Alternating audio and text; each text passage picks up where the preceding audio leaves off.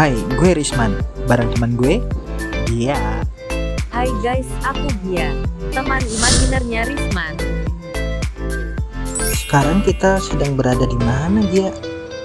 Sekarang kita berada di dalam Museum Pusaka Keraton Kasepuhan Cirebon.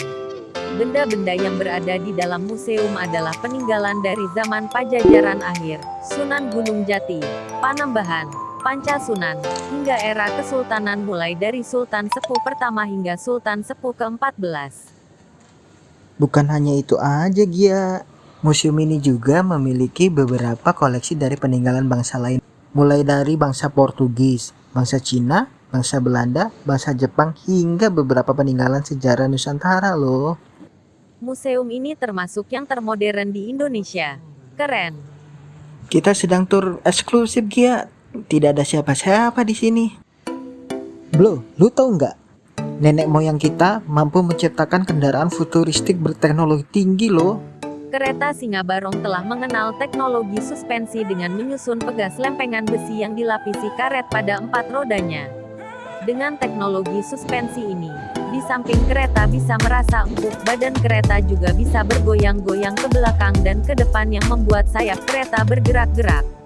Itu sebabnya jika kereta ini berjalan, binatang bertubuh burak, berkepala gajah, dan bermahkota naga itu tampak seperti terbang. Ini penggambaran bahwa pengetahuan teknologi orang Cirebon tempo dulu cukup tinggi, sekaligus merupakan kelebihan kerajaan Cirebon dibanding keraton-keraton sebelumnya atau sesudahnya, yang mengimpor kereta dari Inggris, Belanda, atau Perancis. Kereta ini cukup layak dalam segi teknologi kereta yang merupakan titihan atau kendaraan raja-raja. Cirebon memang keren. Di saat yang lain bangga pakai barang impor, Cirebon bangga memakai barang buatan dalam negeri sendiri. Keren. Gia, gamelan ini bakal bunyi sendiri nggak ya kalau malam-malam? Malam Jumat gitu? Tidak ada hal seperti itu, Risman. Emang ada gamelan yang bunyi sendiri tanpa dimainkan oleh orang? Ya nggak ada sih. Tapi hal-hal mistis dan misteri bakal banyak mendapatkan viewer di YouTube. Risman, jodoh kamu saja sudah merupakan misteri terbesar abad ini. Jangan cari misteri lain. Emang kamu mau menanggung rindu yang berat itu?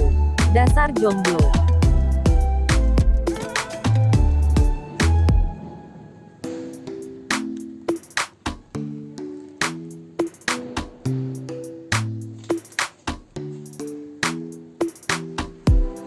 Wah, pusakanya terawat dan tertata dengan baik.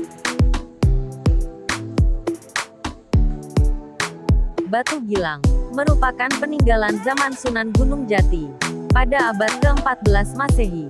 Dahulu Batu Gilang adalah bagian dari bangunan gedung Siraradeno. Batu ini berfungsi sebagai petunjuk arah kiblat.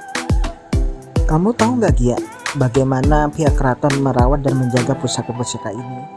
Pada bulan Muharram pihak Keraton Kasepuhan Cirebon mengadakan tradisi jamasan pusaka untuk merawat barang pusaka. Jamasan pusaka dilakukan selama 10 hari di awal bulan Muharram, yaitu dari tanggal 1 sampai 10 Muharram. Tradisi tersebut sudah dilakukan turun-temurun oleh Keraton Kasepuhan Cirebon. Dalam tradisi itu ada 1000 lebih pusaka berbentuk keris, pedang, tombak dan lainnya yang dikeluarkan dari tempatnya. Kemudian dilakukan pencucian dengan air lalu dilapisi oleh minyak anti karat. Kalau ritual pajang jimat yang diadakan setiap Maulid Nabi itu apa, Gia? Bukankah jimat itu berhubungan dengan mistis? Kamu salah, Risman. Acara itu tidak ada hubungannya dengan mistis. Jimat merupakan akronim dari kata diaji dan dirumat, yang berarti dipelajari dan diamalkan ajaran-ajaran Islam, yakni dengan meneladani Nabi Muhammad. Dalam ritual ini, kata panjang ditafsirkan secara harfiah, adalah bentuk piring dan perabotan dapur peninggalan sejarah yang diisi dengan makanan dengan dianalogikan dengan prosesi kelahiran Nabi.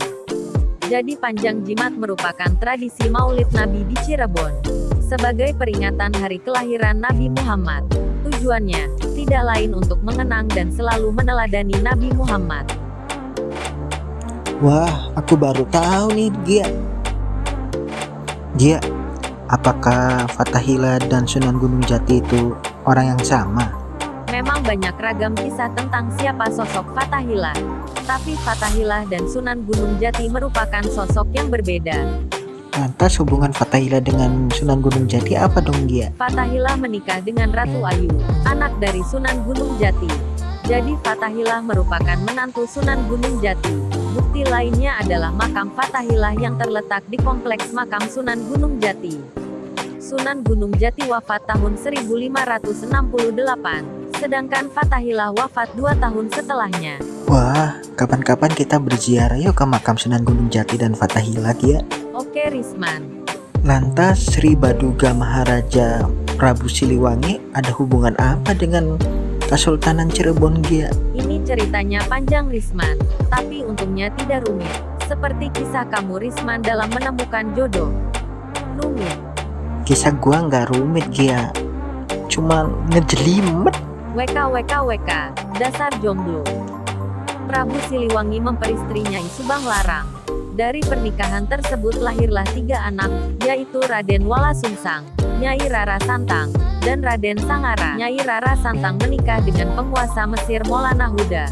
Dari pernikahan tersebut mereka dikaruniai 2 orang putra, yakni Syarif Hidayatullah dan Syarif Nurullah. Sesuai kesepakatan, setelah menginjak usia yang cukup Syarif Hidayatullah meninggalkan Mesir untuk menyebarkan Islam di Tatar Sunda. Kemudian hari, ia dikenal sebagai Sunan Gunung Jati, wali penyebar Islam terbesar di Jawa Barat. Oh begitu, ya aku paham. Jadi Prabu Siliwangi itu kakeknya Sunan Gunung Jati. Kamu benar Risman.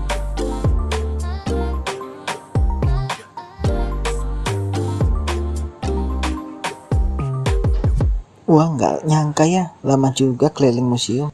Bagaimana Risman? Seru tidak jalan-jalan di Museum Pusaka Keraton Kasepuhan? Seru banget Gia, gue jadi tahu nih ragam kisah, tradisi dan budaya. Ke museum sendirian saja seru. Apalagi berdua bareng doi, pasti lebih seru. Mari Pak. Ya. Gia, gue jadi semakin sadar bahwa kehidupan kita saat ini tidak terlepas dari peran pendahulu kita di masa lalu. Kamu benar Risman. Maka dari itulah kita sebagai generasi penerus bisa ikut turut melestarikan budaya kita yang adiluhung ini. Trip selanjutnya kita mau kemana nih Gia? Trip selanjutnya kita akan mencoba pintu kemana saja. Pintu kemana saja?